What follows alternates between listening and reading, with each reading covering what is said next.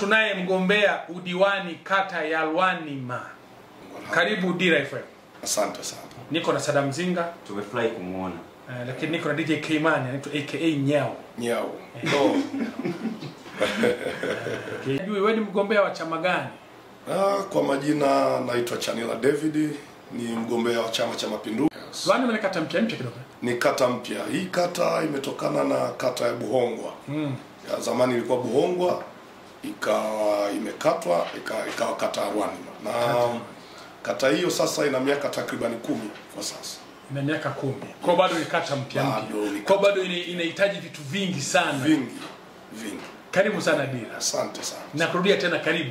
Asante sana. Mimi naitwa Katumba, hadi ukipenda niite MC Katumba au Father K.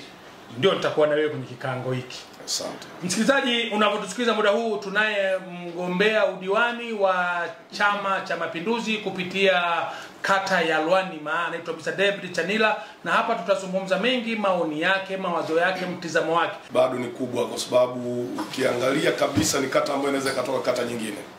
Ile kata ile ina mitaa 18. Mitaa 18 kwa sisi watu wa Chama cha Mapinduzi ina matawi 8.